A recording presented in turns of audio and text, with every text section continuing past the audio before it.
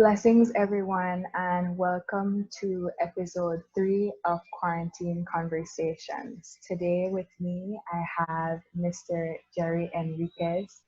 He is a well known educator in Belize. He has taught in all 3 levels and also in the US. And he is well versed in Eastern psychology.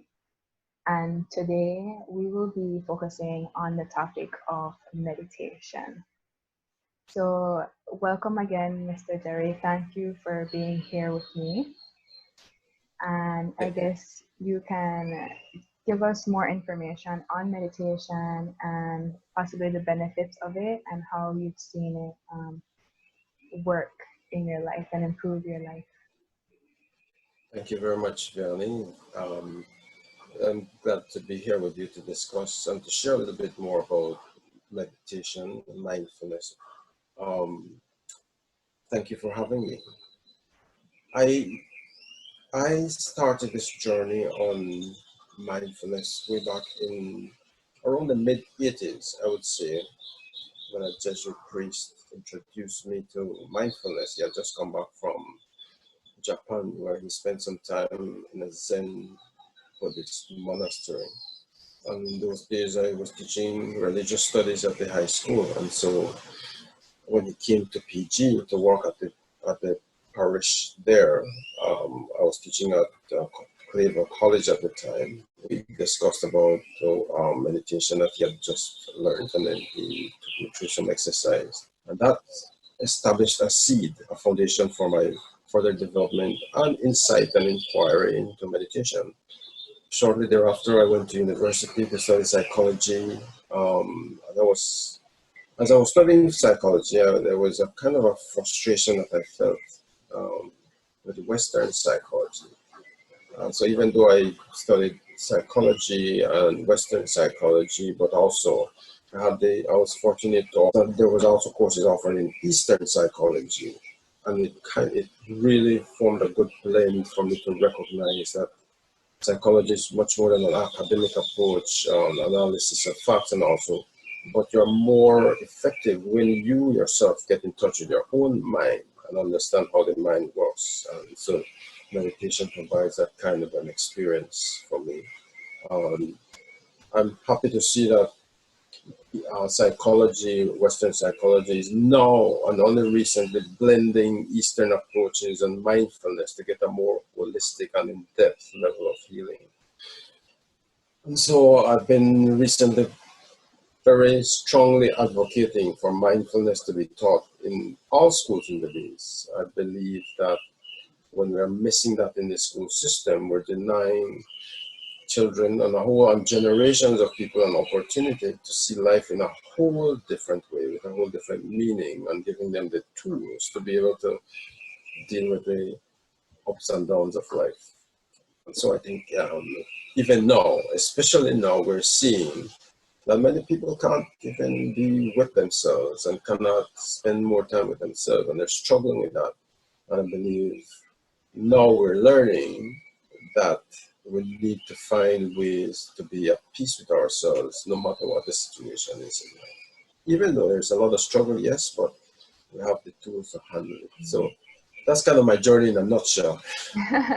I think that was a very key point that you just made, that people find it difficult to be with themselves, especially right now, since we're going through this period of social distancing, and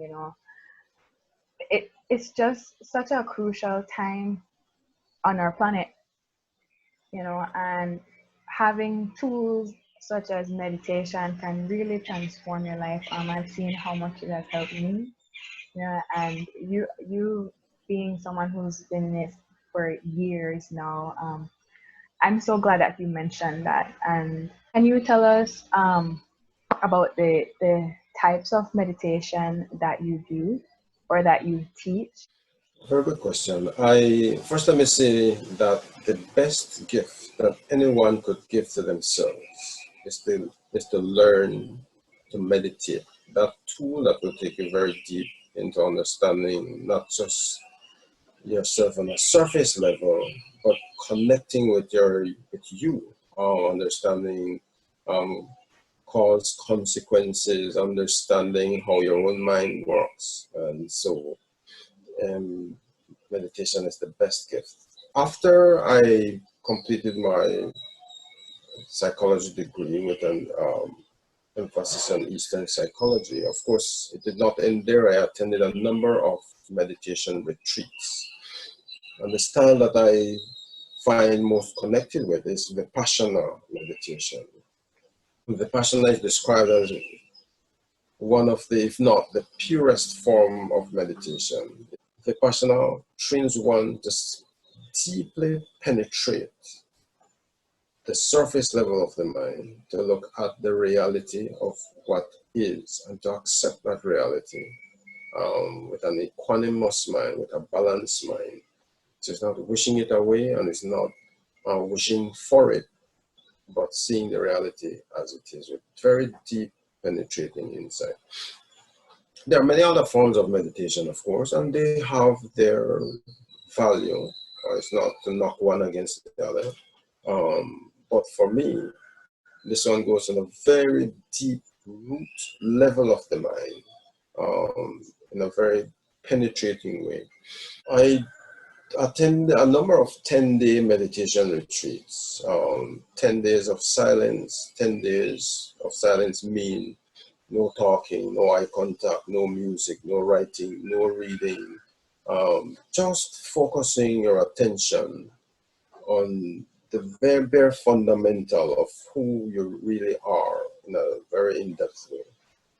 So 10 days of meditation, you wake up 4 in the morning, meditate from 4:30 in periods of time, 1 hour sitting period until about 7:30 at night, and the end of each night I have a discourse to learn about the technique. So for 10 days, people from all walks of life gather at different meditation sites to do Vipassana, which is insight meditation, looking at the very depths of the mind. Can I ask a quick question? I know Yes. that there might be people who may ask, why no eye contact and why no talking and stuff like that? What's the purpose of it? The purpose is to create as least distraction as possible for your focus to understand your mind, so that eye contact might create more perceptions or illusions, or talking is all these are distracting with other senses. So you want to be able to minimize all distractions to be able to focus. But also, it's not only, there are other parts of the code of ethics for the retreat. Apart from noble silence, we commit ourselves not to lie or to steal or to engage in any sexual misconduct, or we also commit ourselves to eat meals that does not include the suffering of other beings, which means that we eat twice a day, morning and noon, and then we also have intermittent fasting, which means after the noon meal we do not eat again until breakfast the next day, as part of that training in the Vipassana retreat. These retreats are at centers in various parts of the world, and there is no charge. They're run by donation basis, and there's so many persons have expressed amazing results in their own life. I've seen people who've gone and they felt their life was in a mess, and they come back out, and after consistent practice they recognize that they were living lost, they're caught with the busyness of the world, chasing things and chasing activities. Then they're lost to themselves. They really live not knowing themselves, and they could die not even being aware of who they really are, but they're living a story that was told to them by somebody else. So they're not in touch with themselves. They're alienated from themselves, from others, from society, from nature. And I strongly believe that it is this absence of knowledge and awareness and acceptance and love of self that is causing major destruction and disaster in the world. Each individual who is not connected with self. The destruction that we're seeing right now is actually rooted in a collective of the human mind. So the mind needs healing. One of the ways for it to heal is to spend time in silence and solitude. And I think that, well, there's a blessing in all of this COVID-19. It's like nature is telling humanity, you know what?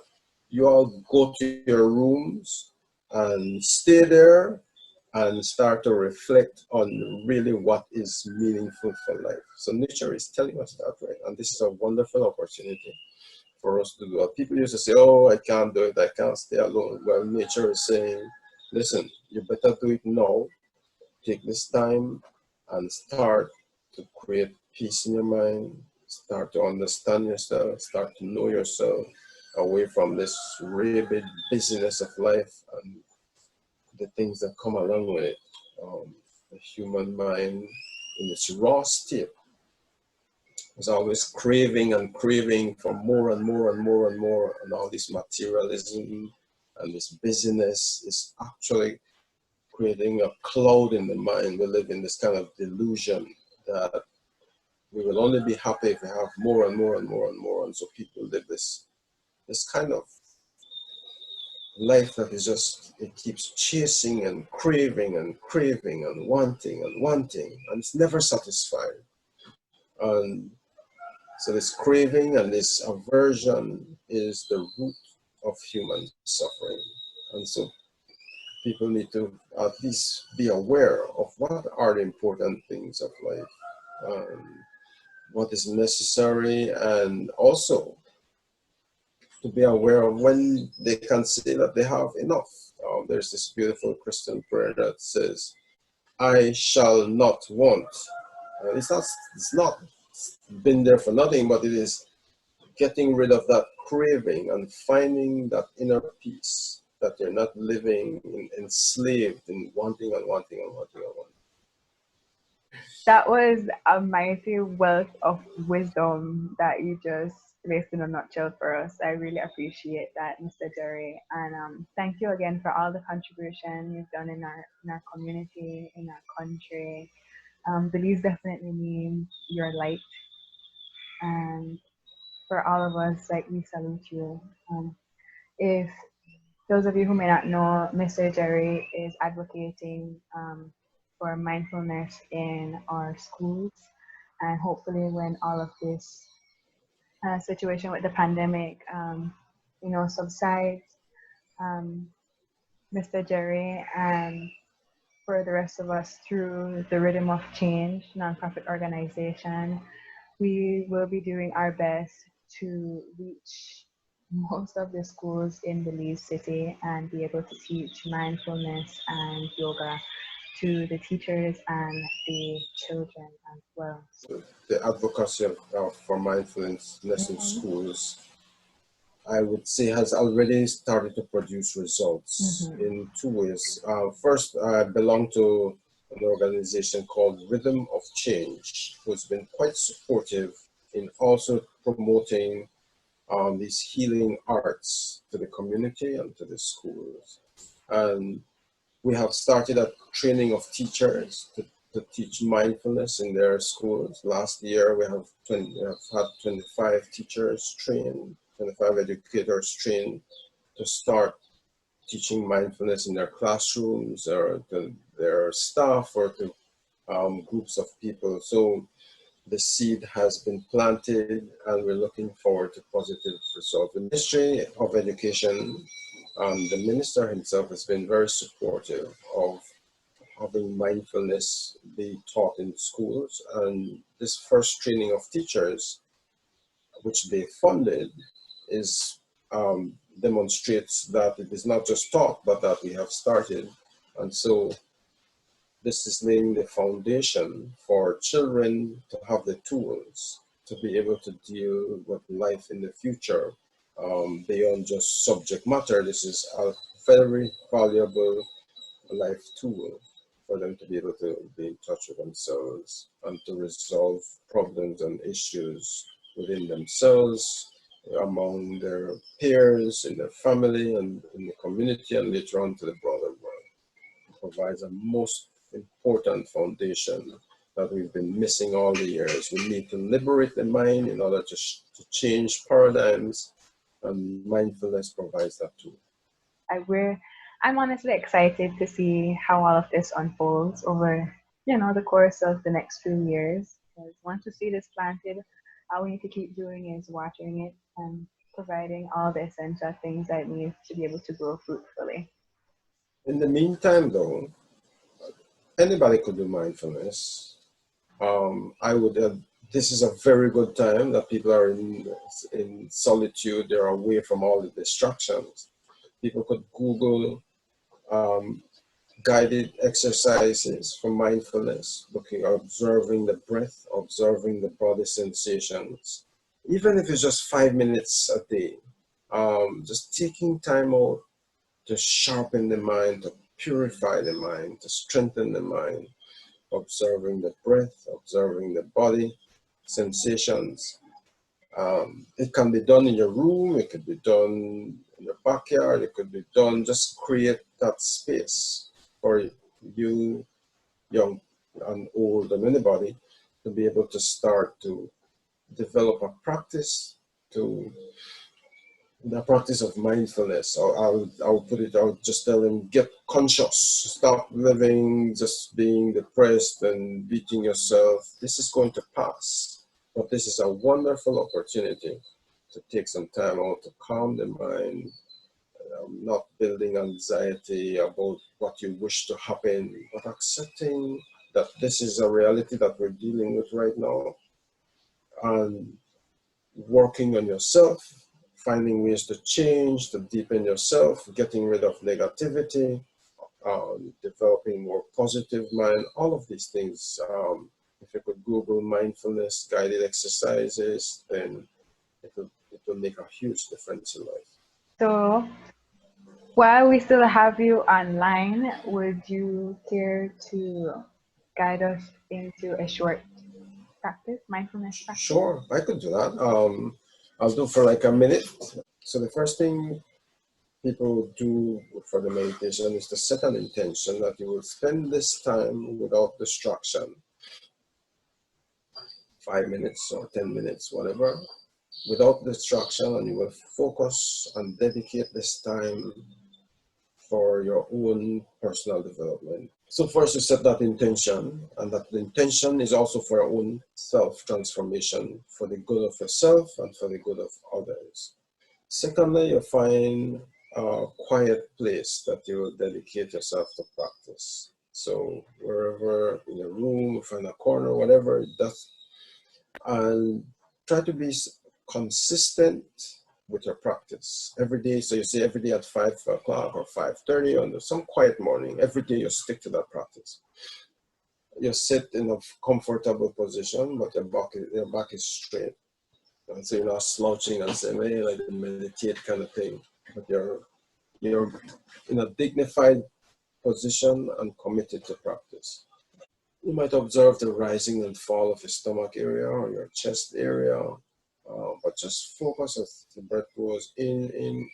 You'll notice it stops a little bit and comes out. The normal, natural breath without changing anything is what you want to observe. So let's start then. I'll set the timer for 2 minutes, and it will ring at the start and it will ring at the end.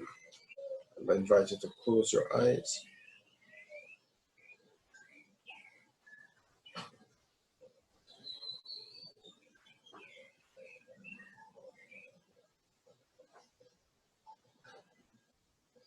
And just feel your body in the chair, get comfortable, make any adjustment that is necessary.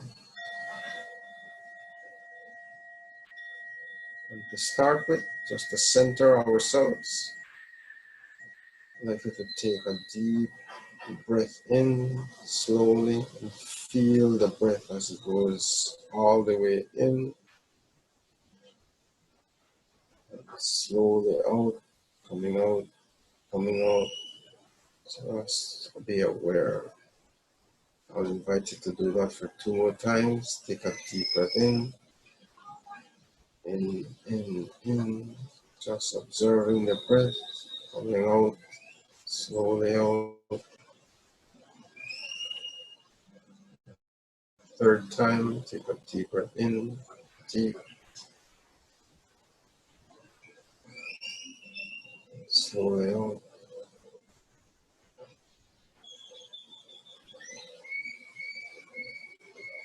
I'd like you to turn your attention to the natural breath. Just the normal breath as your body usually breathes. Just observe as it goes in and out.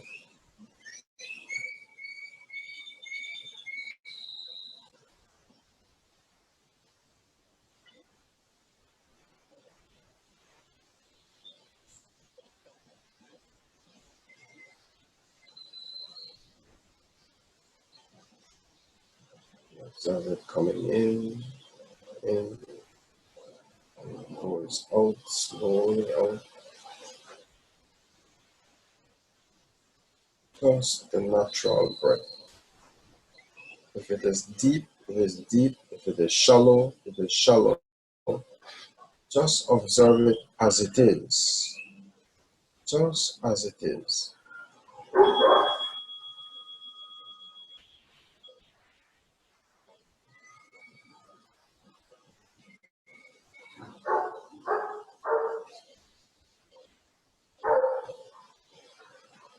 You might observe the rising and falling of your stomach area or your chest area.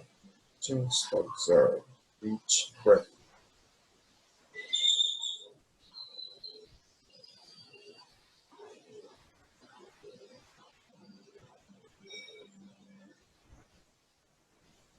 I invite you to slowly open your eyes.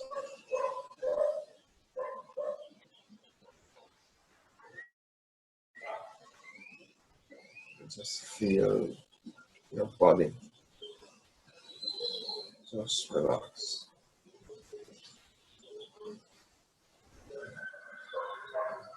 Thank you very much. That's just a very minuscule introduction, a short exercise.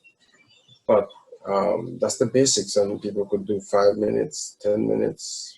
But even if you're doing 5 or 10 minutes, just remain calm, still, attentive to each breath as it goes in and out. And just accepting whatever the breath is, the reality, remember, accepting the reality of the moment as it is. As it is. Beautiful, beautiful, beautiful practice. I honestly pray that this reaches the people who need it the most. So thank you again, and tune in next week for another episode of Quarantine Conversations. Namaste. Thank you for having me.